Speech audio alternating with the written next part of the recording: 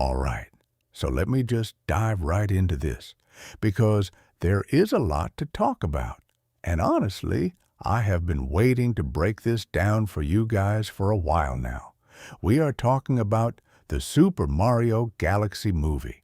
And if you have not heard about this one yet, then buckle up, because this is going to be one wild ride through everything you need to know about this film, from the story and the characters all the way down to the technical stuff, the behind-the-scenes details, and whether or not this thing is actually worth your time. So grab your controller, or I guess in this case, grab your popcorn, and let us get into it. So the whole premise of the Super Mario Galaxy movie is something that fans of the video game franchise have been dreaming about for years. We are not just talking about another Mario movie where he runs through the Mushroom Kingdom, stomps on some Goombas, and calls it a day. No, no, no. This one goes way bigger than that. The basic idea behind the film is that Mario finds himself launched into outer space after Bowser pulls off his most ambitious and devastating attack yet. We are talking full-scale cosmic-level villainy here. Bowser does not just kidnap Princess Peach this time around. He literally rips her castle out of the ground and sends it hurtling into the center of the universe. And Mario, who was right there when it happened, gets flung across the cosmos and ends up stranded on a tiny little planetoid with no idea where he is or how to get back. That is the starting point, and from there, the story takes us on this incredible journey through various galaxies, each one with its own unique look, its own set of challenges, and its own cast of characters that Mario has to interact with along the way. Now, what makes this premise so compelling is that it is not just a rescue mission. Sure, Mario wants to save Peach, and yes, he wants to stop Bowser, but along the way, the film introduces this much deeper layer of storytelling that the original game hinted at, but never fully explored. There is this whole mythology built around the cosmos in this movie, the idea that the universe itself is held together by these powerful artifacts called power stars and grand stars, and that Bowser's plan is not just about conquering the Mushroom Kingdom anymore. He wants to harness the energy of these stars to create his own galaxy at the center of the universe, a galaxy where he rules supreme over everything. So the stakes are genuinely massive in this film. We are not talking about saving a kingdom. We are talking about saving the entire universe from being reshaped in Bowser's image. And I think that is what separates this movie from the previous Mario film. The first one was great, do not get me wrong, but it was a bit more contained in its scope. This one blows the doors wide open and says, okay, what if we took everything you love about Mario and set it against the backdrop of infinite space with all the wonder and danger that comes with it? Let me talk about the main characters now, because this is where the film really starts to shine. Obviously, Mario is front and center, and he is our guy. He is the one we are following through this whole adventure. But what I really appreciate about how the film handles Mario is that they do not just make him this one-dimensional hero who jumps on things and says, wahoo. There is actual character development here. When Mario gets launched into space and separated from everyone he knows and loves, there is this genuine sense of vulnerability to him. He is scared. He is confused. He does not know if Luigi is okay. He does not know if Peach is alive, and he is stuck on this tiny rock floating in the middle of nowhere. And watching him pick himself up, dust himself off, and decide that he is going to find his way back and save everyone no matter what it takes, that is genuinely inspiring stuff. The filmmakers really leaned into the idea that Mario's greatest strength is not his jumping ability or his power-ups. It is his heart. It is his refusal to give up no matter how impossible the situation seems. And I think that message resonates in a really powerful way, especially in a movie that is going to be seen by kids and adults alike. Then we have got Luigi. And let me tell you, Luigi fans are going to be very happy with this movie. Now, Luigi does not get as much screen time as Mario, which might disappoint some people, but the screen time he does get is absolutely golden. After the initial attack, Luigi gets separated from Mario and ends up on his own adventure through space. He is terrified the entire time, which is very on brand for Luigi, but he pushes through his fear because he knows his brother is out there somewhere and he has to find him. There are these really touching moments scattered throughout the film where we cut back to Luigi and see him struggling through his own challenges, and you can tell that every step he takes is fueled by his love for Mario. And when the two brothers finally reunite later in the film, it is one of the most emotionally satisfying moments in the entire movie. I am not going to lie, I got a little misty-eyed during that scene. The way they look at each other, and you can see the relief and the joy and the determination in their eyes, it is just really well done. Princess Peach is another character who gets a significant upgrade in this film compared to the games. She is not just sitting in a cage waiting to be rescued. When Bowser takes her castle and brings her to the center of the universe, Peach is actively working against him from the inside. She is gathering information, she is trying to find ways to sabotage his plans, and she is keeping the Toads who were captured along with her safe and motivated. There is this great subplot where Peach discovers that Bowser's machine, the one he is using to harness the power of the grand stars, has a critical weakness, and she spends a good portion of the film trying to find a way to exploit it. So, when Mario finally arrives for the big showdown, Peach is not just a damsel in distress, she is an active participant in the battle. She has already laid the groundwork for Bowser's defeat, and Mario could not have won without her. I think that is a really important thing for the film to show, and it adds a lot of depth to her character. Now let us talk about the big bad himself, Bowser. And oh man, did they knock it out of the park with Bowser in this movie. If you thought Bowser was intimidating in the first Mario film, just wait until you see him in this one. The filmmakers clearly understood that if you are going to set a story in space and raise the stakes to a universal level, then your villain needs to match that level of threat. And Bowser absolutely does. He is menacing, he is powerful, and for the first time in a long time, he actually feels like a genuine threat to Mario. There is this scene early in the film where Bowser first unleashes his plan, and you see the raw power he has at his disposal. He is not just breathing fire and throwing hammers, he is wielding the energy of grand stars and using it to terraform entire planets, to bend them to his will. And the way he talks about his vision for the universe, it is chilling. He genuinely believes that he is destined to rule everything, and he has the power to back it up. But what I also appreciate is that they do not make Bowser completely one-dimensional either. There are these moments where you see flashes of something almost sympathetic in him. Not enough to make you root for him, obviously, but enough to make him feel like a fully realized character rather than just a generic bad guy. But here's where things get really interesting, because the film introduces a character that is absolutely central to the story, and that is Rosalina.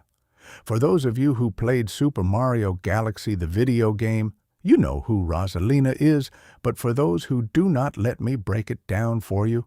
Rosalina is this mysterious woman who lives aboard the Comet Observatory, which is essentially a giant spaceship that travels through the cosmos.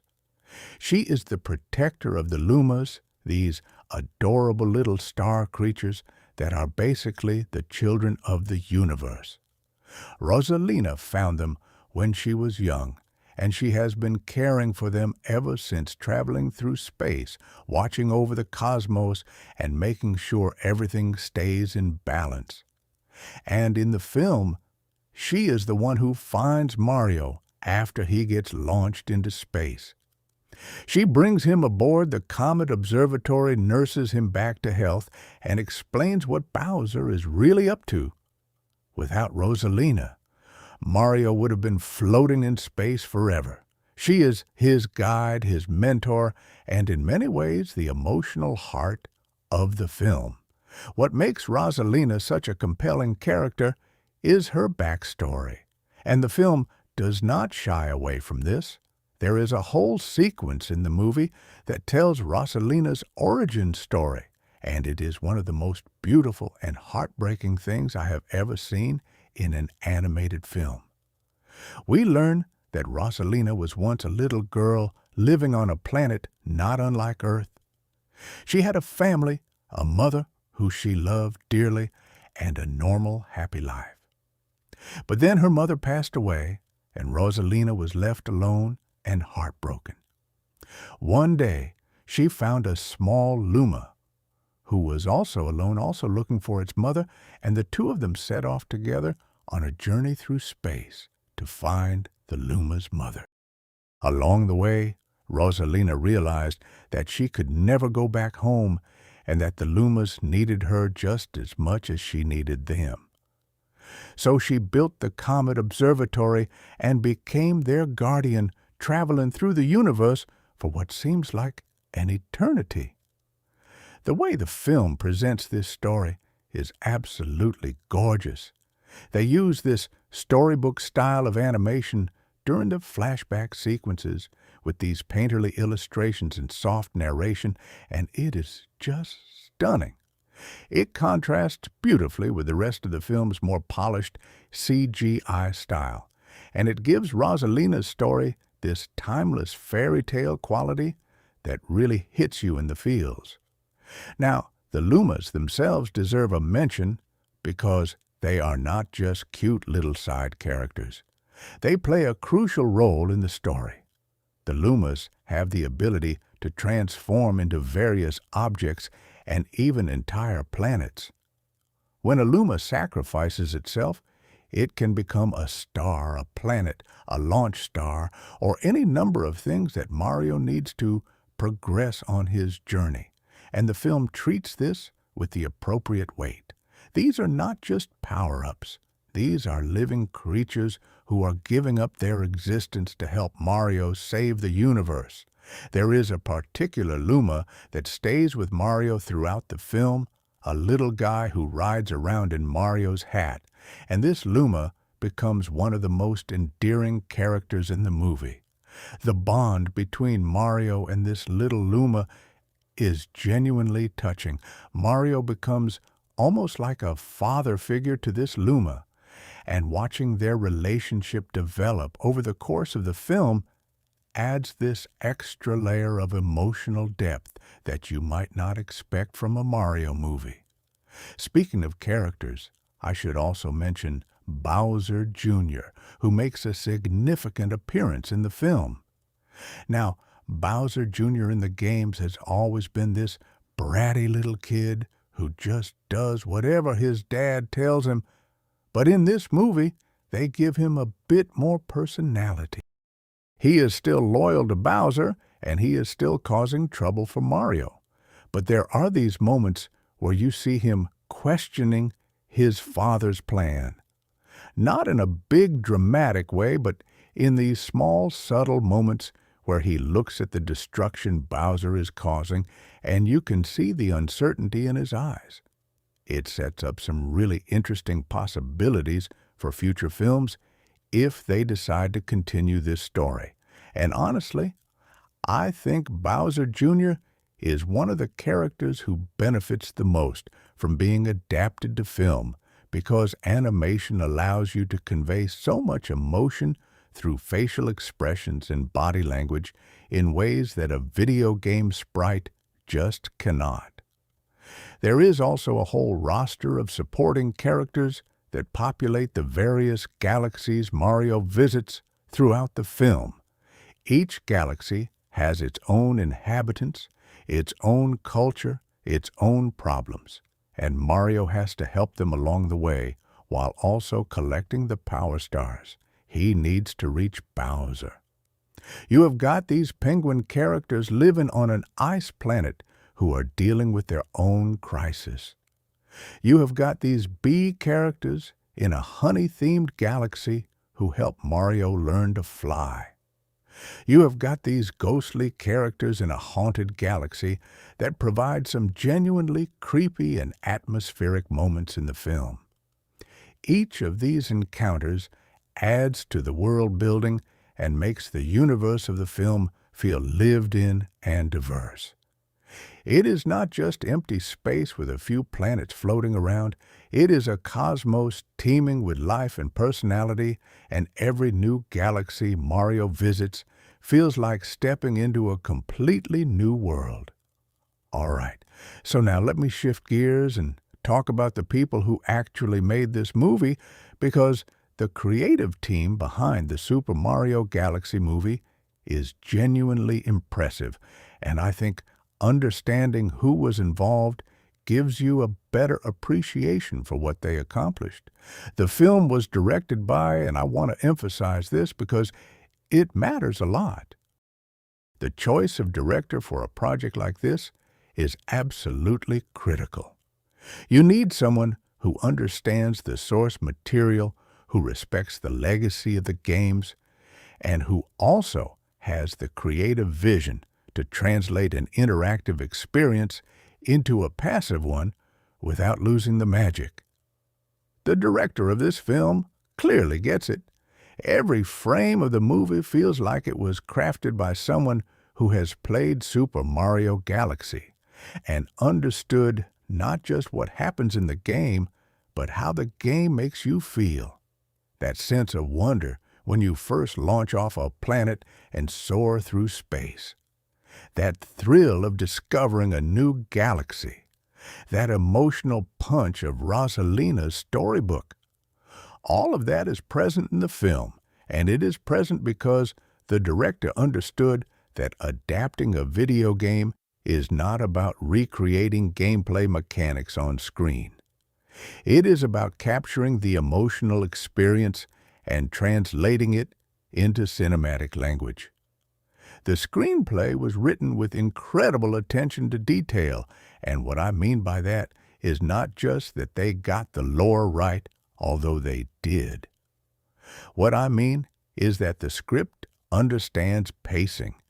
It understands when to let a scene breathe and when to ramp up the action. It understands that a 2-hour movie cannot just be non-stop spectacle, because the audience needs quiet moments to process what they have seen and to connect with the characters. There are these beautiful, quiet scenes scattered throughout the film. Mario sitting on the edge of the Comet Observatory, looking out at the stars, wondering if he will ever make it home. Rosalina reading from her storybook while the Lumas gather around her. Luigi huddled in a corner of some alien planet, talking to himself, trying to build up the courage to keep going. These scenes are just as important as the big action set pieces, because they give the film its heart. Without them, you would have a visually spectacular but emotionally hollow experience, and the writers clearly understood that. The film is being released on a major platform, and the distribution strategy is something worth discussing because it reflects how the entertainment industry has evolved. There was a time not that long ago when a movie like this would have been exclusively a theatrical release and nothing else.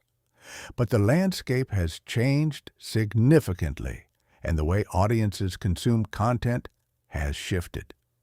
Now, that does not mean the theatrical experience is dead, far from it, actually. But having a film like this available on a streaming platform means that more people can access it.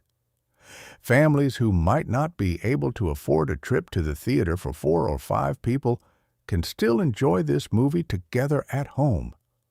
Kids who want to watch it 15 times in a row, and trust me, they will want to watch this one 15 times, can do so without their parents going bankrupt.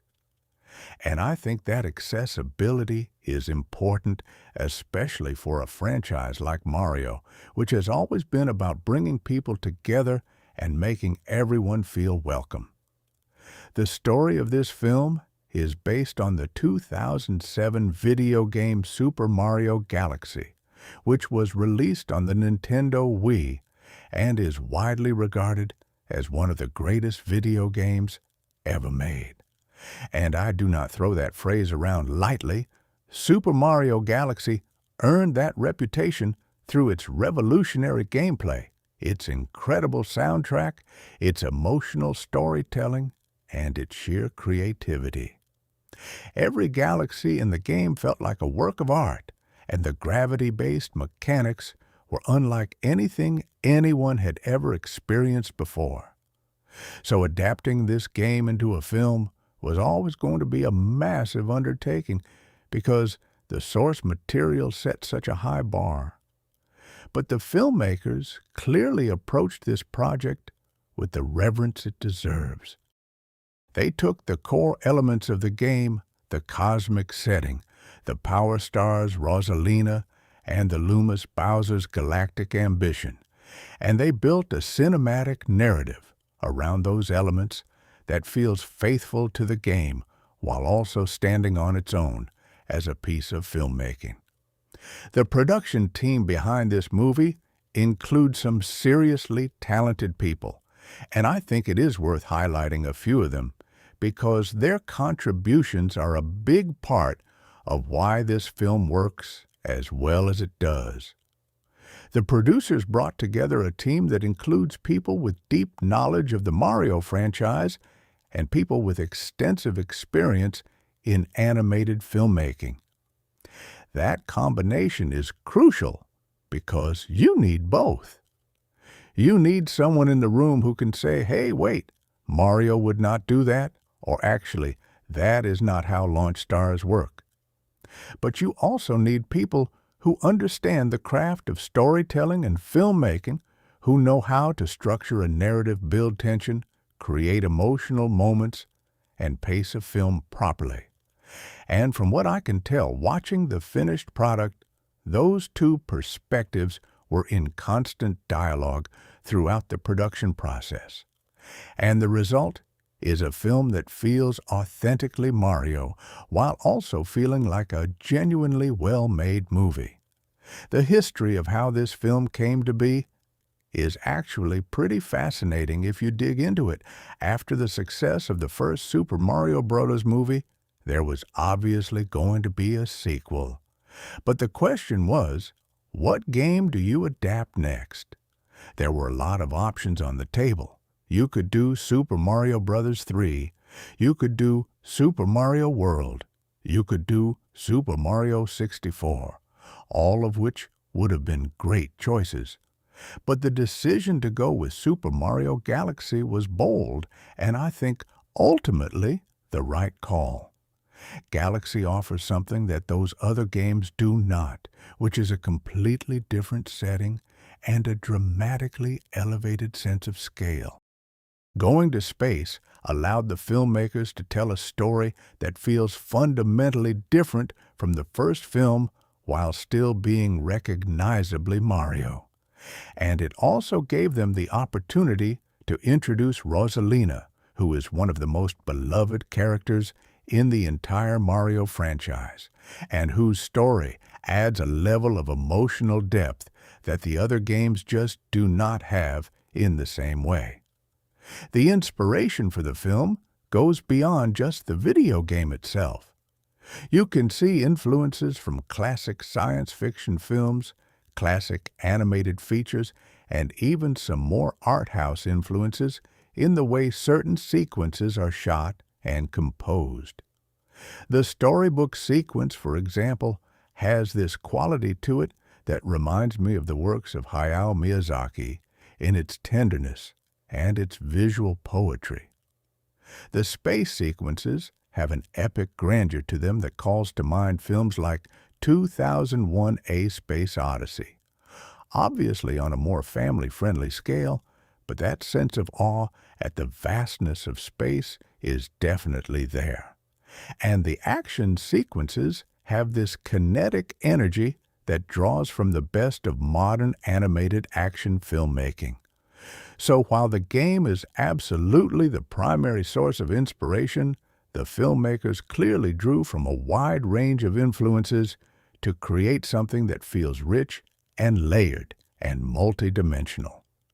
Now let me get into the cast, because the voice acting in this film is something that really elevates the whole experience. Obviously, we have got the returning cast from the first film reprising their roles, and they bring a level of familiarity and comfort that helps ground the audience in the story. But this film also introduces several new voice actors for the new characters, and every single one of them delivers. Let me start with the returning performers. The actor voicing Mario brings everything you loved about his performance in the first film and then adds new layers to it. Because this Mario is in a different situation than he was before. He is not just running through the Mushroom Kingdom having a relatively straightforward adventure. He is lost in space, facing the very real possibility that he might never get home. And the voice actor conveys that fear and determination beautifully. There are scenes where you can hear the tremor in Mario's voice, the uncertainty, and it makes those moments where he finds his resolve and pushes forward all the more powerful. The voice actor for Luigi similarly brings a fantastic performance. Luigi's fear, his self-doubt, his underlying courage that he does not even know he has, all of that comes through in the voice work. There is this one scene where Luigi is talking to himself, trying to psyche himself up to enter a haunted galaxy, and the delivery is simultaneously hilarious and heartwarming. You are laughing at his cowardice, but you are also rooting for him because you can hear in his voice that he wants so badly to be brave.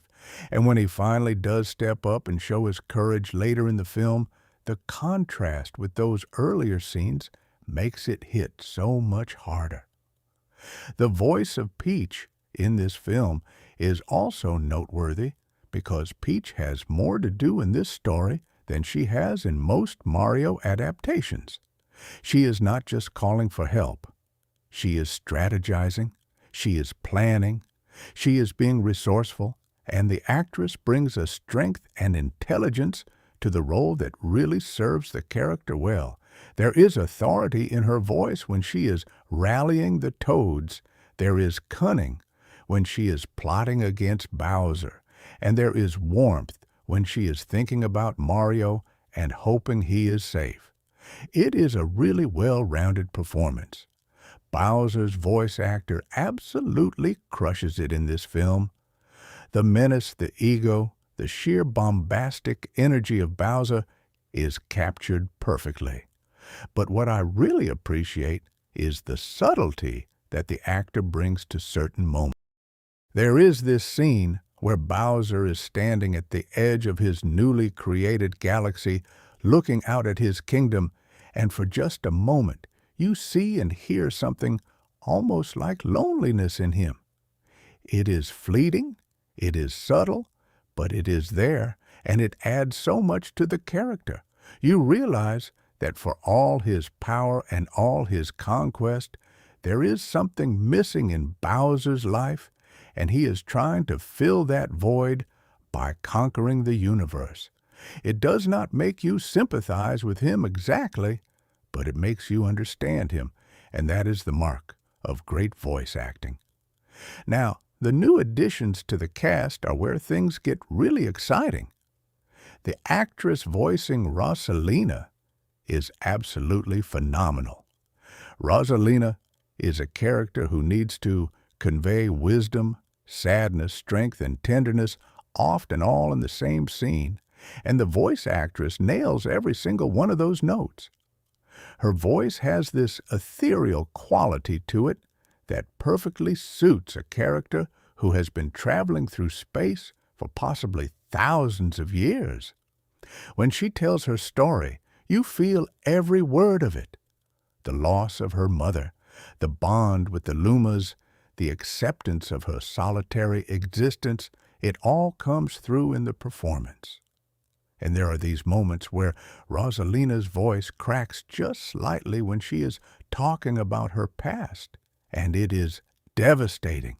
You feel the weight of all those years of loneliness, and it makes you want to reach through the screen and give her a hug. The chemistry between the main voice actors is something that deserves special attention because it is not always a given that voice actors who record their lines separately will have good chemistry. But in this film, it works beautifully. The interplay between Mario and Rosalina feels natural and warm. Mario's earnest enthusiasm plays off of Rosalina's calm wisdom in a way that creates this really lovely dynamic. She is not quite a love interest, and I am glad the film does not go there because it would have been forced. Instead, she is more of a guiding figure, a mentor, and the relationship between them is built on mutual respect and a shared determination to do what is right. Similarly, the dynamic between Mario and the little Luma that travels with him is adorable. The Luma communicates mostly through sounds and movements rather than words. But Mario talks to it like it is a person, and those one-sided conversations become some of the most charming moments in the film.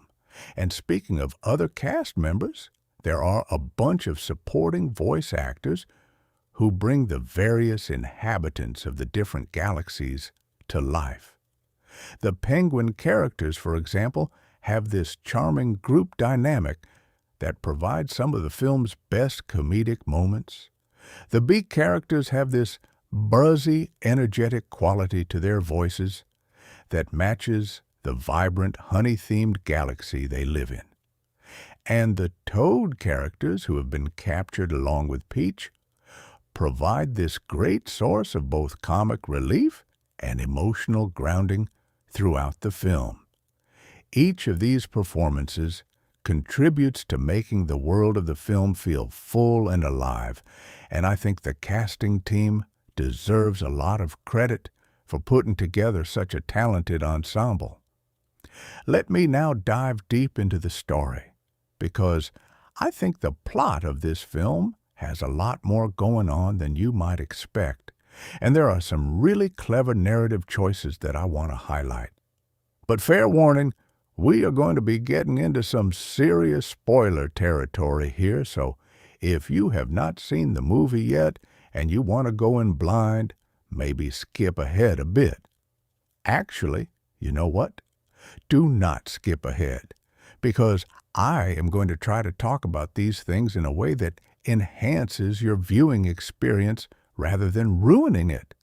But still, consider yourself warned.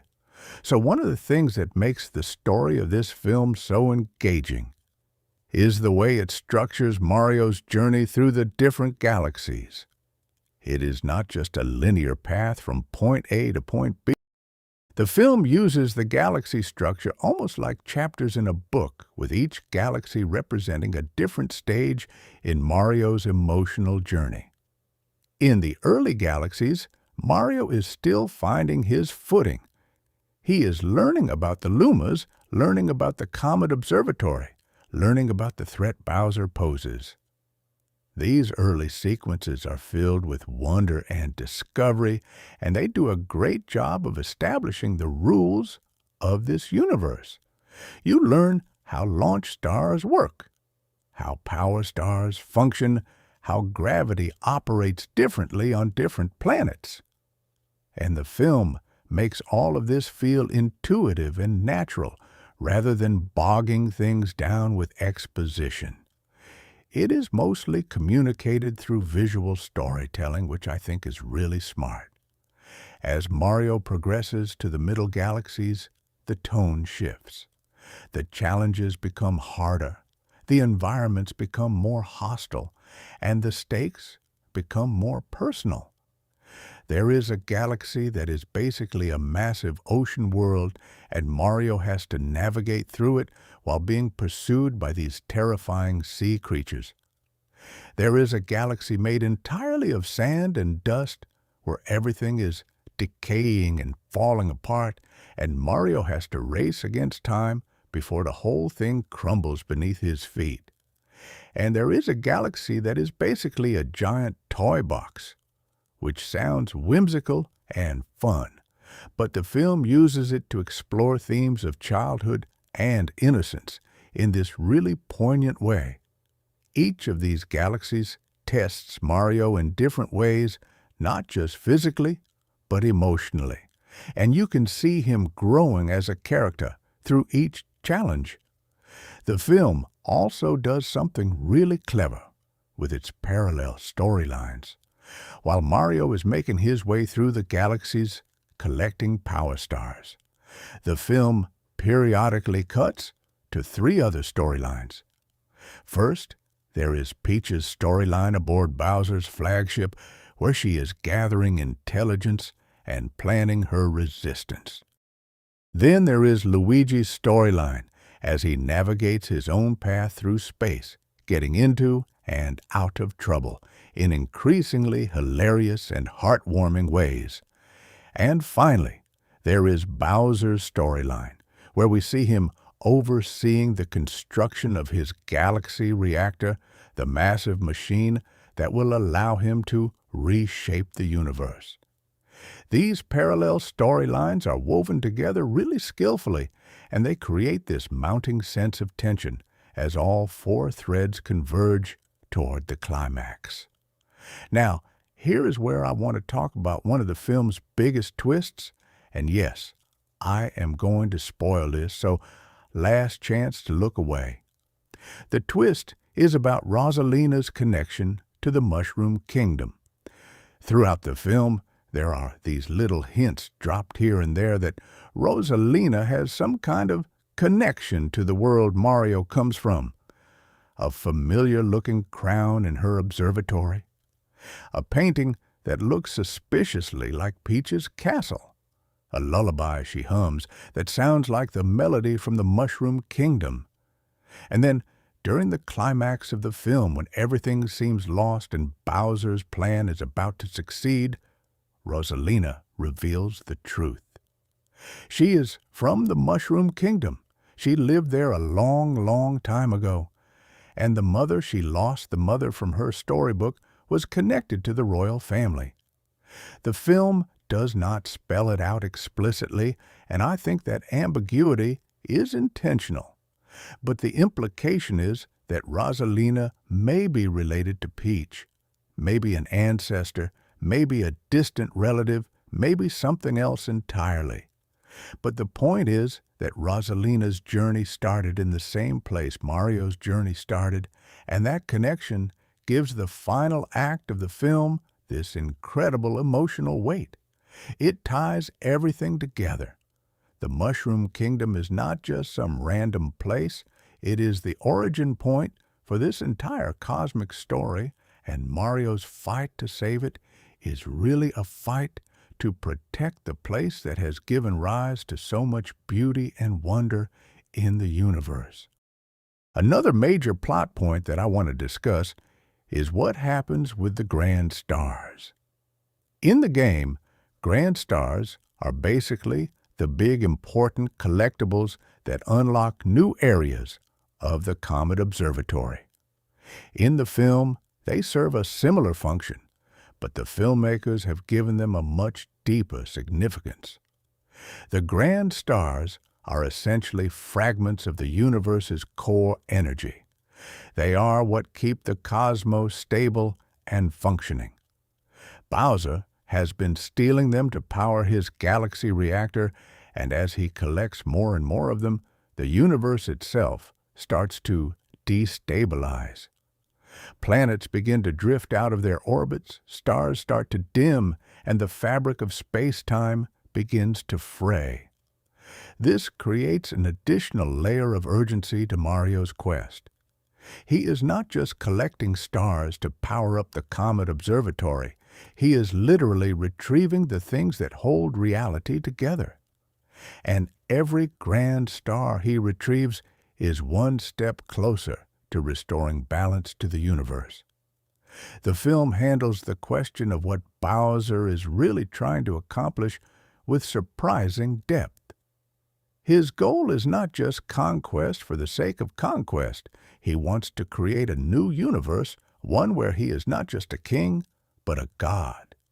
The galaxy reactor he is building will collapse the existing universe into a singularity and then use the energy of the grand stars to birth a new cosmos, one shaped entirely by Bowser's will. It is essentially a cosmic reset button, and Bowser believes that in this new universe he will finally get everything he has ever wanted: power, respect, and most interestingly, love. There is this fascinating subtext running through Bowser's scenes where you realize that his obsession with Peach is not just a crush or a joke. In his mind, creating a new universe is the only way to create a world where Peach would choose to be with him. It is twisted and delusional, but it gives Bowser a motivation that goes beyond simple villainy, and I think that is really effective storytelling. Now, let me talk about the climax, because this is where the film goes absolutely bonkers, in the best possible way. Mario has collected enough power stars to reach the center of the universe where Bowser's galaxy reactor is located. The Comet Observatory, powered by all the stars Mario has gathered, rockets toward Bowser's stronghold, while Luigi, who has been on his own journey, finally catches up and joins the fight. Peach, who has been sabotaging Bowser's operations from within, manages to create a critical opening in the reactor's defenses, and Mario, with his little Luma companion, charges into the heart of Bowser's fortress for the final confrontation. The final battle between Mario and Bowser is everything you could want it to be. It takes place on the surface of a tiny planet right next to the galaxy reactor, with the entire universe literally hanging in the balance. The animation during this sequence is breathtaking. Every punch, every jump, every fire breath is rendered with this incredible intensity, and the camera work makes you feel like you are right there in the middle of it. Bowser is at his most powerful here, fueled by the energy of the grand stars, and Mario is at his most determined. The fight goes back and forth, with neither side able to gain a decisive advantage until Mario discovers that the same gravity mechanics he has been using throughout the film can be used against Bowser. By luring Bowser to the edge of the tiny planet and then using a perfectly timed jump to flip gravity, Mario sends Bowser crashing into the galaxy reactor, causing it to malfunction. But this is not the end. Oh no, the galaxy reactor does not just shut down, it goes critical. The energy of the grand stars begins to spiral out of control, and a massive black hole starts to form, threatening to swallow everything, the entire universe, into nothingness. This is the moment where all hope seems lost. Mario has beaten Bowser, but the damage is done. The black hole is growing and nothing can stop it. Peach is watching in horror from Bowser's flagship. Luigi is trying desperately to reach his brother. Rosalina is aboard the Comet Observatory, sensing what is happening and knowing what needs to be done. And then the Lumas act. All of them. Every single Luma in the universe hears the call, and they begin flying toward the black hole. One by one at first, and then in waves, hundreds, thousands, millions of tiny glowing star creatures hurling themselves into the void. And as they enter the black hole, they do what Lumas do best. They transform. They become stars. They become planets. They become the building blocks of a new universe, not Bowser's twisted vision of a new universe, but a genuine rebirth of the cosmos, fueled by love and sacrifice and hope. The little Luma that has been traveling with Mario throughout the entire film, the one who has been riding in his hat, who he has bonded with, who he has come to care about deeply, that Luma looks at Mario one last time with its big, bright eyes, and then it flies into the black hole too. And Mario reaches out, trying to stop it, trying to grab it, but he cannot. And in that moment, everything goes white. I want to talk about this scene specifically because it is the emotional climax of the film, and it absolutely destroyed me. The sacrifice of the Lumas is handled with such grace and beauty. There is no dialogue during this sequence. It is just the music and the visuals. The Lumas are not afraid. They are not sad. They are doing what they were born to do. They are becoming something new, something greater than themselves. And the little Luma that Mario bonded with is not dying. It is transforming. It is becoming a star that will shine for billions of years, warming planets, giving light to new civilizations. But Mario does not know that in the moment.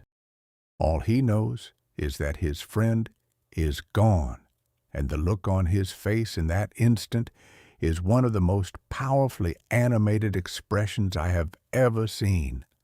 The grief, the helplessness, the love. It is all there in his eyes, and it hits like a freight train. After the whiteout there is this incredible sequence where we see the universe being reborn. Stars igniting, planets forming, galaxies spinning into existence. It is gorgeous, absolutely gorgeous.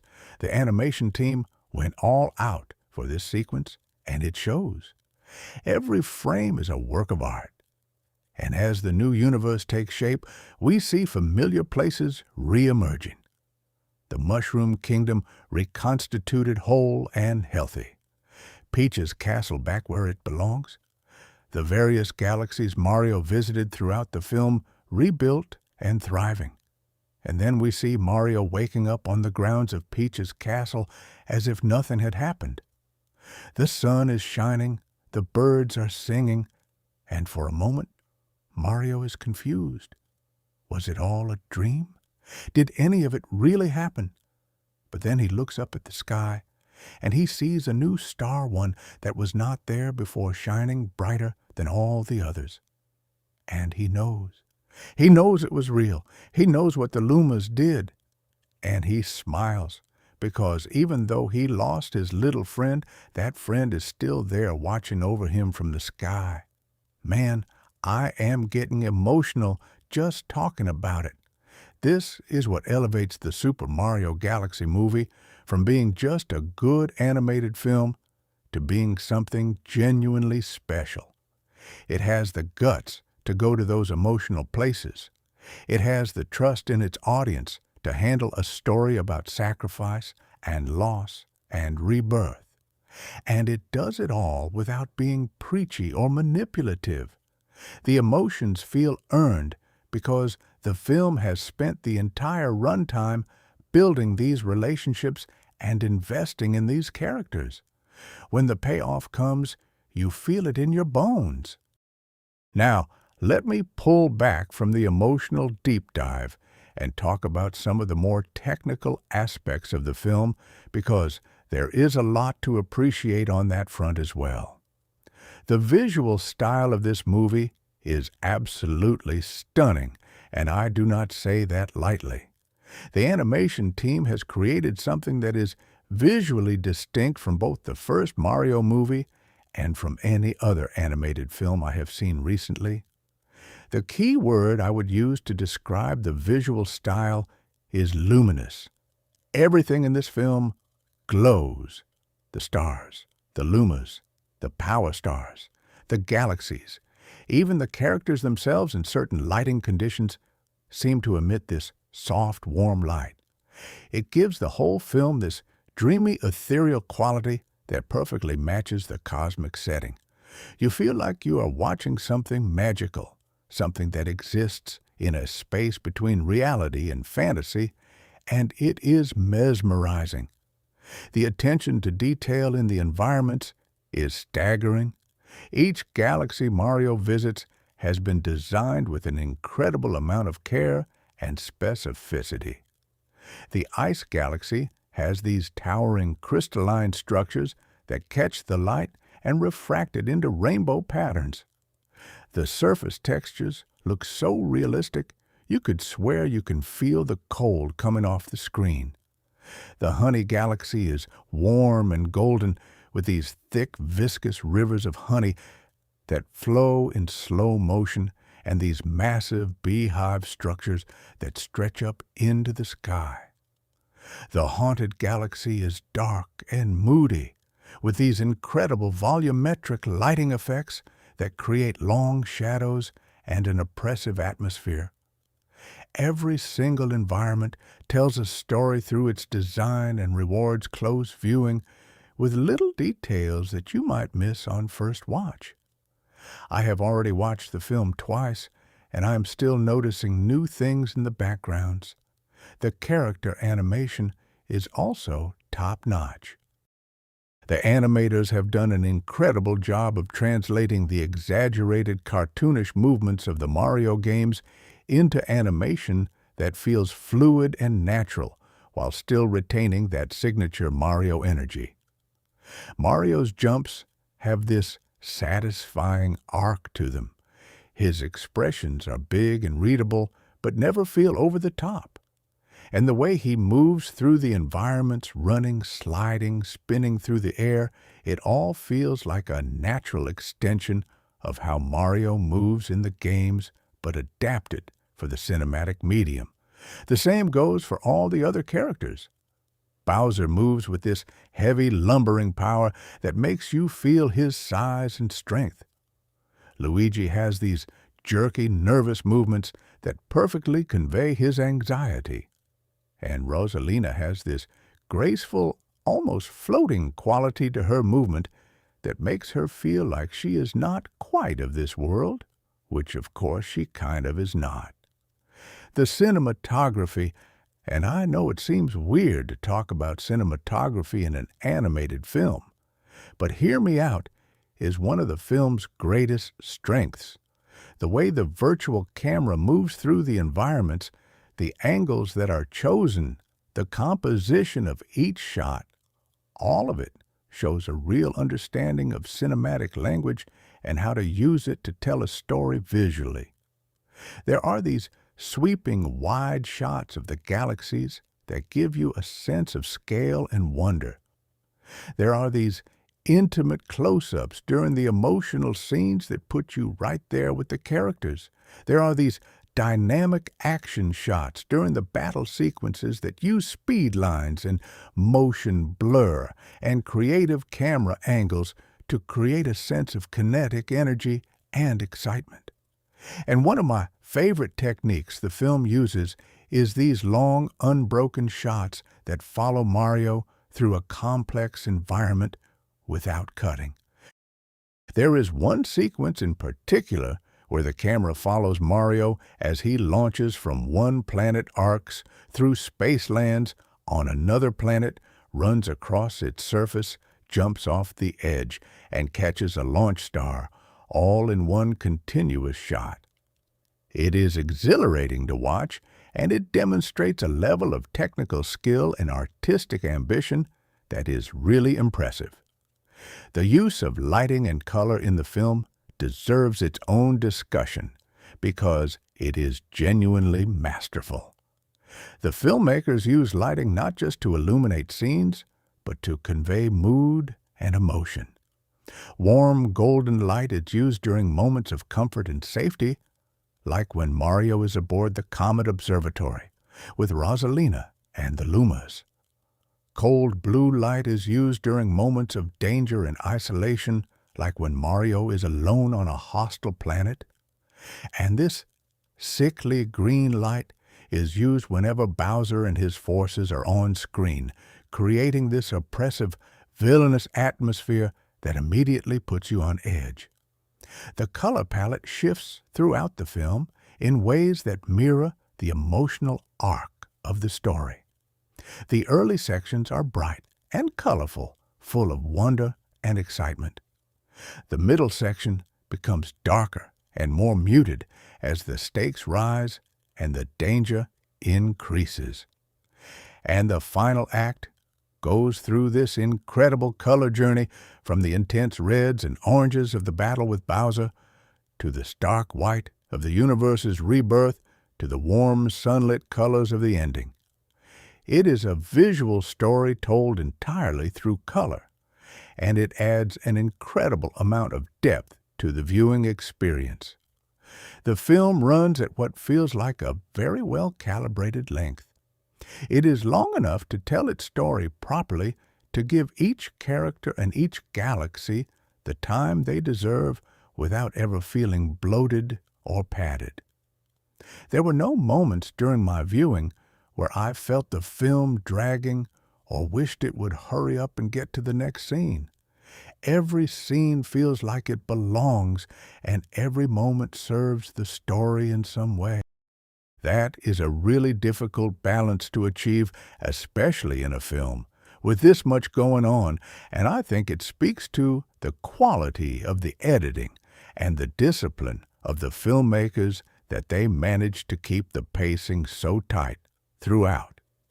Now, I want to talk about the music, because I would be doing this film a disservice if I did not spend some serious time on the soundtrack. The music of Super Mario Galaxy, the video game, is legendary. It is widely considered one of the greatest video game soundtracks ever composed, and the orchestral score by Koji Kondo and Mahito Yokota is a huge part of why the game is so beloved.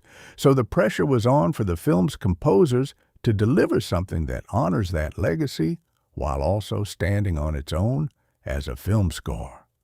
And they absolutely delivered. The soundtrack for this movie is magnificent. It takes themes from the original game and reimagines them for a full orchestral film score, and the result is something that is simultaneously nostalgic and fresh. The main theme of the game, that soaring orchestral piece that plays when you first launch into space, has been adapted into the film's primary musical motif, and it is used throughout the movie to underscore moments of wonder and heroism. Every time you hear those familiar notes swell up, you get this rush of emotion that connects you to the game while also grounding you in the film's narrative. Rosalina's theme has been expanded into this hauntingly beautiful piece that plays during her backstory sequence and during her key moments throughout the film. It is gentle and melancholic, and it perfectly captures the character's mix of wisdom and sadness. Bowser's musical themes are appropriately menacing heavy brass and thundering percussion that make you feel the weight of his ambition and his power. But the score's not just about adapting existing themes. There is a lot of original music in the film as well, and all of it is excellent. There are these quiet piano pieces that play during the more intimate character moments. There are these propulsive action cues that drive the battle sequences forward. And there is this absolutely gorgeous piece that plays during the Luma sacrifice sequence at the climax. A piece that starts soft and small, like a single voice singing in the dark, and then gradually builds and builds until it becomes this overwhelming wall of sound, full of hope and beauty and sadness, all at the same time. I genuinely believe that piece of music will be remembered as one of the great film scores of this era. It is that good. All right, so let us talk about how this film has been received, because I think the response to the Super Mario Galaxy movie has been really interesting and worth examining from multiple angles. First, let us talk about the commercial performance. This film has been absolutely massive. The viewership numbers have been phenomenal, and it is clear that there was a huge appetite for another Mario movie, especially one based on such a beloved game. The first Mario film proved that video game movies could be successful, and this sequel has taken that success and multiplied it. People are watching this film in droves, and the engagement metrics are through the roof. Social media has been flooded with people talking about their favorite scenes, their favorite characters, and most frequently, how much the ending made them cry. The fact that a Mario movie is making grown adults weep is honestly one of the most remarkable things about this whole phenomenon. The critical response has been largely positive, though. Like any film, it has its detractors. The general consensus among critics seems to be that the Super Mario Galaxy movie is a significant step up from the first film in terms of storytelling, emotional depth, and visual ambition. Many critics have praised the film's willingness to tackle mature themes like loss, sacrifice, and the passage of time within the framework of a family-friendly animated adventure.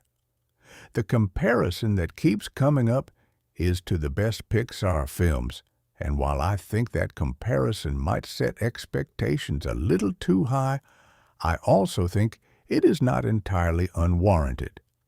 This film has the emotional sophistication of a Pixar movie while maintaining the unique charm and energy of the Mario franchise. Let me talk about what I think the film's strengths are, because there are quite a few. First and foremost, I think the biggest strength of this movie is its emotional core. As I have talked about at length, the relationship between Mario and the Luma, the backstory of Rosalina, the sacrifice at the climax. These are the things that elevate this film from being just another video game adaptation to being something genuinely moving and meaningful. The filmmakers understood that what makes Super Mario Galaxy special is not just its gameplay or its visuals, but its heart, and they put that heart front and center in the film. Another major strength is the world building. The variety and creativity of the different galaxies is incredible. Each one feels distinct and fully realized, and together they create a sense of a vast and wondrous cosmos that is endlessly fascinating to explore. The film makes you want to visit these places, to swim in the cosmic oceans, to fly through the honey-filled skies, to explore the haunted mansions floating in the void of space. That sense of wonder and discovery is something that the best fantasy and science fiction films achieve, and this movie absolutely achieves it. The animation quality is another undeniable strength. This is one of the most visually impressive animated films I have ever seen. The lighting, the particle effects, the character animation, the environmental detail, all of it is operating at the highest level. There are shots in this film that I want to print out and hang on my wall. That is how beautiful they are. And the fact that the technical excellence serves the story rather than overshadowing it is a testament to the skill and restraint of the animation team. The performances are also a major strength. Across the board, the voice cast delivers exceptional work. There are no weak links in the chain. Every character feels fully realized, and the emotional moments land as hard as they do, in large part because of how well the actors inhabit their roles. Special mention once again to whoever voices Rosalina, because that performance is genuinely awards-worthy in my opinion. And the music. Oh, the music. I could listen to this soundtrack on repeat for the rest of my life and never get tired of it. It is that good. The way the score weaves together familiar Mario themes with original compositions creates this rich tapestry of sound that enhances every single scene in the film. Music is so often the unsung hero of filmmaking, and in this case, the score is pulling an incredible amount of weight and deserves all the recognition it can get. Now, in the interest of being fair and balanced, let me also talk about some areas where I think the film could have been stronger, because no movie is perfect, and I think it is important to engage critically with the things we love. One area where I think the film stumbles slightly is in its pacing during the middle section. While I said earlier that the film generally maintains good pacing, there is a stretch in the middle where the galaxy hopping starts to feel a little repetitive. You go to a galaxy, you meet the inhabitants, you solve their problem, you get a power star, and then you move on to the next galaxy. And while each individual galaxy is creative and engaging, the pattern itself becomes predictable after a while. I think the film could have benefited from breaking up this pattern a bit more, perhaps, by interspersing more of the parallel storylines during this section, or by having one or two of the galaxy visits deviate significantly from the established formula. Another area where I have some mild criticism is in the treatment of Luigi's storyline. While I love what they do with Luigi in this film, and his reunion with Mario is one of the highlights, I think his individual journey could have been fleshed out more. We get these periodic check-ins on Luigi, but they often feel rushed, like the filmmakers wanted to include him, but did not have quite enough runtime to give his storyline the attention it deserved. I would have loved to see more of Luigi's solo adventures and more of his internal struggle between his fear and his love for his brother. What we get is good, but it leaves me wanting more, which is both a compliment to the character and a criticism of the film's allocation of screen time. I also think that some viewers might find the film's ending a bit confusing, particularly younger viewers. The whole universe collapsing and being reborn thing is a pretty heady concept, and while the film handles it beautifully on an emotional level, the actual mechanics of what is happening might go over some kids' heads. This is not necessarily a flaw, because I think the emotional truth of the ending is clear even if the cosmological details are not. But it is worth noting that this is a film that might require some parental explanation for younger viewers. And finally, while I praise the voice acting overall, I do think there are one or two supporting characters whose performances are not quite at the same level as the leads.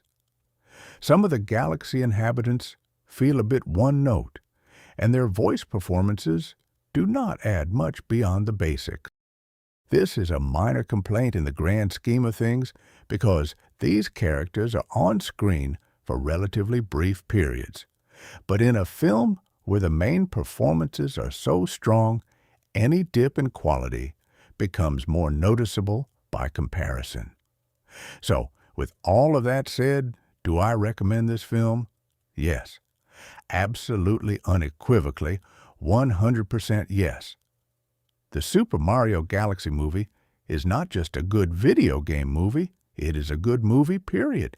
It is a film that takes one of the most beloved video games ever made and translates it into a cinematic experience that honors the source material while also standing on its own as a piece of storytelling. It has incredible visuals, a magnificent soundtrack, excellent performances, and an emotional core that will stay with you long after the credits roll. It is a film that kids will love for its color and energy and adventure, and that adults will appreciate for its depth and emotional resonance. It is the kind of film that the whole family can watch together and everyone will get something different out of it. Is it perfect? No.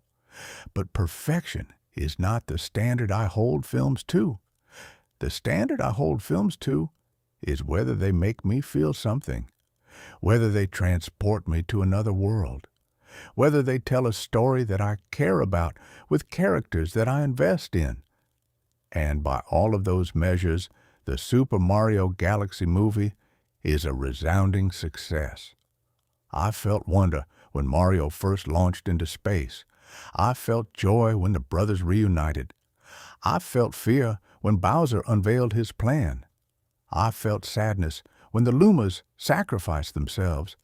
And I felt hope when the universe was reborn and Mario looked up at that new star in the sky.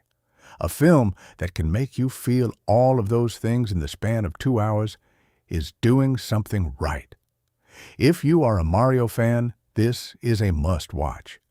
If you are an animation fan, this is a must-watch. If you are a fan of good storytelling, period, this is a must-watch. Go watch it. Bring tissues. You are going to need them. And then come back here and tell me which part made you cry the hardest, because I know it is going to make you cry, and I want to hear about it. But before I wrap this up completely, I want to spend some more time diving into specific aspects of the film that I think deserve deeper analysis, because this is the kind of movie that rewards close examination, and I want to make sure I am giving it the attention it deserves. Let me start by talking about the thematic content of the film, because there is a lot more going on beneath the surface than you might expect. On the surface level, this is a story about a plumber who goes to space to save a princess from a giant turtle dragon. And that description is accurate, but it is also reductive because the film is really exploring some profound themes that give it a richness and resonance that goes far beyond its premise. The most prominent theme in the film is the idea of home and what it means to belong somewhere. Mario starts the film in his home in the Mushroom Kingdom, a place where he is comfortable, where he is loved, where he knows his purpose. And then all of that is ripped away from him in an instant. He is flung into the void of space with nothing familiar around him, and he has to find his way back. But along the way, he discovers that home is not just a physical place. It is the people you care about and the connections you make. The Comet Observatory becomes a kind of second home for Mario, not because of the location, but because of Rosalina and the Lumas, who welcome him and support him. And this theme is echoed in Rosalina's own story. She lost her home, she lost her family, but she found a new home among the stars with the Lumas. The message is that home is wherever love is, and that even when everything seems lost, you can find belonging in the most unexpected places. Another major theme is the cycle of creation and destruction. The universe in this film is presented as something that is constantly changing, constantly evolving. Stars are born and stars die. Galaxies form and galaxies collapse. Lumas transform into celestial bodies which eventually give birth to new lumas. It is a cycle, and it is beautiful. Bowser's plan to destroy the universe and create a new one is a perversion of this natural cycle because he wants to control it to bend it to his will. But the Loomis' sacrifice at the end of the film demonstrates the true nature of creation. It is not about control, it is about love. The Lumas do not create a new universe because they want power. They do it because they want to protect the people they care about. And that selfless act of creation born from love rather than ambition is what ultimately defeats Bowser's vision. There is also this really interesting theme about memory and legacy that runs through the film. Rosalina's storybook is essentially a meditation on memory, on how we carry the people we have lost with us, and how their influence continues to shape us even after they are gone. Rosalina's mother is gone, but her love lives on in everything Rosalina does. She is the reason Rosalina became who she is. And the film extends this theme to the Lumas as well. When the little Luma sacrifices itself and becomes a star, that star will shine for billions of years. In a sense, the Luma's legacy will outlast everything else in the film. Mario will grow old. Kingdoms will rise and fall. But that star will still be there shining. It is a profound and beautiful idea, and the film handles it with remarkable grace. I also want to talk about the theme of courage because it manifests differently in different characters, and I think that is really interesting. Mario's courage is the most straightforward. He sees a problem, he runs at it. He does not let fear stop him. That is the Mario we know and love. But the film also shows us other forms of courage through other characters. Luigi's courage is the courage of someone who is deeply afraid, but who acts anyway not because he is not scared, but because he loves his brother more than he fears the danger. That is a really powerful message for kids and for adults too, honestly. Being brave does not mean not being afraid. It means being afraid and doing the right thing anyway. And then there is Peach's courage, which is a quieter, more strategic kind of bravery. She is trapped in Bowser's fortress, surrounded by enemies, and she chooses to fight back, not with fists, but with her intelligence and her determination. She plans, she strategizes, she waits for the right moment. That takes a different kind of courage, and I am glad the film shows it. And then there is the courage of the Lumas, which is perhaps the most extraordinary of all. They know what they are giving up. They understand the sacrifice, and they do it without hesitation because they know it is right. That is not just courage. That is something approaching grace. And the film makes it clear that this kind of selfless bravery is the highest form of heroism. Not the flashy action hero stuff, but the quiet willingness to give everything for the sake of others. Let me also spend some time talking about the film's approach to its villain, because I think Bowser in this movie represents a really sophisticated take on what it means to be an antagonist. In a lot of animated films and a lot of video game adaptations, the villain is just a bad guy who wants bad things and has to be stopped. And there is nothing inherently wrong with that approach. Sometimes simplicity is effective. But the Super Mario Galaxy movie does something more nuanced with Bowser. It asks the question, why is Bowser the way he is? What drives him? What does he actually want? And the answer it provides is more complex than you might expect. Bowser wants to be loved. That is what it all comes down to. All his power, all his armies, all his grand cosmic plans. They are all in service of this desperate need to be valued and accepted and loved. His obsession with Peach is not really about Peach herself. It is about what she represents. She is someone who is beloved by everyone who is adored and cherished, and Bowser wants that. He wants what she has. He wants to be the one that people look up to and care about, but he does not know how to earn love because no one has ever shown him how. So he tries to take it by force, and when that does not work, he decides to literally remake the universe so that in this new reality, he will finally be the one who gets what he has always wanted. It is tragic when you think about it. Bowser is a character who has all the power in the world, but none of the things that actually matter. And the film acknowledges this without excusing his behavior. It does not say, "Oh, poor Bowser, we should feel sorry for him."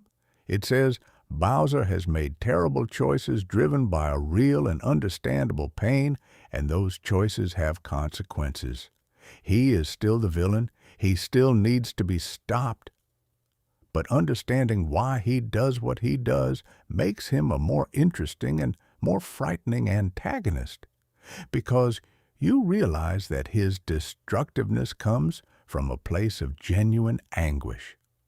That is way more compelling than a villain who is evil just because. I want to circle back to the film's visual storytelling for a moment, because I think there are some specific sequences that deserve to be highlighted for their sheer artistic achievement. The first is the opening sequence of the film, which depicts the Star Festival in the Mushroom Kingdom. This is an annual celebration where the citizens of the Mushroom Kingdom gather to watch shooting stars streak across the sky. The way this sequence is animated is breathtaking. The night sky is filled with stars, and the streets of Toad Town are lit with lanterns and fairy lights, creating this warm, inviting glow. You see Mario and Luigi walking through the festival, smiling and waving to their friends. You see Peach on the balcony of her castle, watching the stars with this serene smile on her face. Everything is peaceful and beautiful, and you know in your gut that it is all about to be shattered, which makes it all the more poignant. The filmmakers take their time with this sequence, letting you soak in the beauty of the moment before Bowser's attack turns everything to chaos. And the contrast between the tranquil beauty of the festival and the violent destruction that follows is incredibly effective. It makes you feel the loss on a visceral level. The second sequence I want to highlight is the Gateway Galaxy, the first galaxy Mario visits after arriving at the Comet Observatory. This is where the film really opens up visually and gives you your first taste of what the rest of the movie is going to look like. Mario launches off the observatory and soars through space, and the camera follows him in this exhilarating tracking shot as he arcs over a small spherical planet and lands on its surface. And then you see it. The curvature of the planet, the way gravity pulls Mario along the surface as he runs, the stars wheeling overhead. It is disorienting in the most wonderful way, and it perfectly captures that feeling from the game of playing with gravity and perspective. The Gateway Galaxy sequence is also where Mario first meets the little Luma that will become his companion. And there is this lovely moment where the Luma nestles into Mario's hat, and Mario looks up at the stars with this determined expression, and you can feel the adventure beginning. It is a beautiful piece of visual storytelling. The third sequence I want to highlight is Rosalina's storybook, which I have mentioned several times already, but which I really cannot overstate in terms of its artistic achievement. This sequence uses a completely different animation style from the rest of the film. Instead of the polished CGI that characterizes the main story, the storybook sequence uses this hand-painted illustration style that looks like it was pulled from a classic children's book. The colors are soft and warm. The lines are gentle and organic. The characters are rendered in this simplified storybook style that gives them this timeless quality. And the way the camera moves through these illustrations, slowly panning across each page as Rosalina's narration tells the story, it is absolutely mesmerizing. This sequence is easily one of the most artistically ambitious things I have seen in an animated film in years, and it is a testament to the courage of the filmmakers that they were willing to shift styles so dramatically in the middle of their movie. It could have been jarring, but instead, it is transcendent. The fourth sequence worth highlighting is the climactic battle which I talked about earlier, but which deserves further praise for its visual execution. The scale of this sequence is enormous. You have got Mario fighting Bowser on the surface of a tiny planet with the galaxy reactor looming in the background. You have got the Comet Observatory engaged in a space battle with Bowser's fleet. You have got Luigi fighting through hordes of enemies to reach the reactor. You have got Peach making her move aboard Bowser's flagship. And all of these threads are cut between with expert precision, creating a mounting sense of tension and excitement. The animation during Bowser's final defeat is particularly impressive. The way the galaxy reactor malfunctions, the energy spiraling out of control, the black hole forming and growing, the planets being pulled toward it, is all rendered with stunning detail and terrifying beauty. You can feel the pull of the black hole. You can see the desperation in the characters' faces. It is immersive filmmaking at its finest. And the fifth sequence, the rebirth of the universe. I keep coming back to this because it is the moment that defines the film. The Lumas flying into the black hole and transforming, the explosion of light and color, the new stars being born, the new planets taking shape. It is creation happening in real time, and it is gorgeous beyond words. The animation team uses every tool at their disposal to make this sequence feel transcendent. Particle effects, volumetric lighting, cosmic dust, nebulae, solar flares, all of it swirling together in this magnificent symphony of light and color. And at the center of it all, tiny and fragile and perfect, is Mario, floating in the void unconscious and glowing with a faint warm light as if the love of the Lumas is protecting him, keeping him safe as the universe rebuilds itself around him. It is one of the most beautiful images I have ever seen in any film, animated or otherwise. Let me now talk about some of the film's more subtle storytelling techniques, because there are a lot of little details and callbacks and pieces of visual foreshadowing that you might miss on a first viewing, but that add a lot of richness to the experience. For example, early in the film, when Mario first arrives at the Comet Observatory, there is a shot of the observatory's library, where Rosalina keeps her storybook.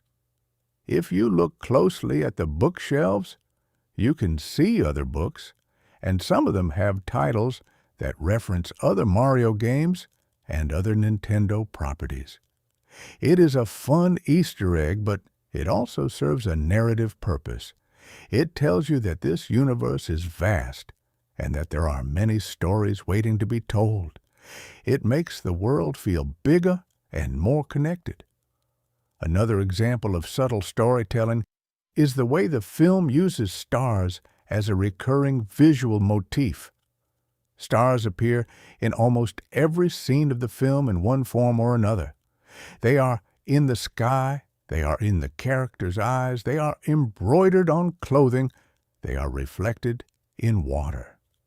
Stars represent hope in this film. They represent possibility and potential and the idea that even in the darkest moments, there is always a light shining somewhere. And the fact that the film's central characters, the Lumas, literally become stars, adds an extra layer of meaning to every scene where stars appear. You start to see the entire universe as being made up of love and sacrifice, and that is a beautiful lens through which to view the cosmos. The film also does some really clever things with its musical motifs. Certain themes are associated with certain characters, and those themes evolve throughout the film in ways that mirror the characters' arcs. Mario's theme starts as this bright, energetic march, but as the film progresses and the challenges mount, it becomes more complex, more layered with moments of uncertainty and doubt woven into the melody. By the final act, Mario's theme has become this powerful anthem that incorporates elements of all the other character themes, symbolizing the connections he has made and the support he has received throughout his journey. It is the kind of detail that you might not consciously notice, but that your brain picks up on subconsciously, and it adds an incredible amount of emotional depth to the experience. I also want to talk about the film's use of silence because in a movie that is so sonically rich, the moments of silence stand out even more. There are several key scenes in the film where the music drops away entirely, and all you hear are the ambient sounds of space or the quiet breathing of the characters. These moments are incredibly powerful because they force you to sit with whatever emotion the scene is conveying without the safety net of music to guide your feelings. The most striking use of silence is during the moment right before the Lumas begin their sacrifice. Everything goes quiet. The battle has stopped. The characters are staring at the growing black hole. And in that silence, you can feel the weight of what is about to happen. The hope draining away the realization that there is nothing anyone can do. And then the first Luma flies forward and a single note plays on a piano, and the sequence begins. That transition from silence to music is one of the most emotionally devastating moments in the film, and it works precisely because the silence before it is so complete. Now, I want to spend some time talking about the broader context of this film within the landscape of both animated filmmaking and video game adaptations, because I think the Super Mario Galaxy movie represents a really significant moment for both of those categories. For animated filmmaking, this movie proves that you can make a mainstream family-oriented animated film that also has genuine artistic ambition and emotional depth. There has been a trend in recent years toward animated films that are visually spectacular but narratively safe, that prioritize humor and spectacle over substance. And there is nothing wrong with that type of film. They are entertaining and they serve their purpose. But the Super Mario Galaxy movie demonstrates that you do not have to choose between accessibility and ambition. You can make a film that kids will love and that adults will find meaningful. You can have incredible action set pieces and also have quiet moments of genuine emotional power. You can tell a story about a plumber in space fighting a turtle and also explore themes of loss, sacrifice, creation, memory, and love. This film does all of those things, and it does them without ever feeling like it is trying too hard or being pretentious. It is earnest, in the best possible way, and that earnestness is a big part of what makes it work. For video game adaptation specifically, this film is a landmark. We have come a long way from the days when video game movies were universally terrible. The first Mario movie started to change that perception, and other recent adaptations have continued to improve the track record. But the Super Mario Galaxy movie takes it to another level. This is not just a good video game movie. This is a film that can stand alongside the best animated films of its era, regardless of source material. It proves that video game stories have just as much potential for emotional and artistic depth as any other form of storytelling. And I think that is going to have a ripple effect throughout the industry. Other studios, other filmmakers are going to see what this movie accomplished, and they are going to raise their own ambitions accordingly. That is a good thing for everyone, for fans of video games, for fans of animation, and for fans of good filmmaking. Let me also address something that I have seen come up in some of the discourse around this film, which is the question of whether it is too dark or too intense for younger children. This is a legitimate concern, and I think it is worth discussing honestly. There are moments in this film that are genuinely intense. Bowser's initial attack on the Mushroom Kingdom is frightening. Some of the galaxy environments are eerie and unsettling. The black hole sequence at the climax is visually overwhelming. And the emotional weight of the Luma sacrifice is heavy even for adults. So should you take your 5-year-old to see this movie? Honestly, that depends on your kid. Some 5-year-olds will be totally fine with it. Others might find certain scenes scary or upsetting. I think the best approach is to watch it yourself first and then use your judgment about whether your particular child is ready for it.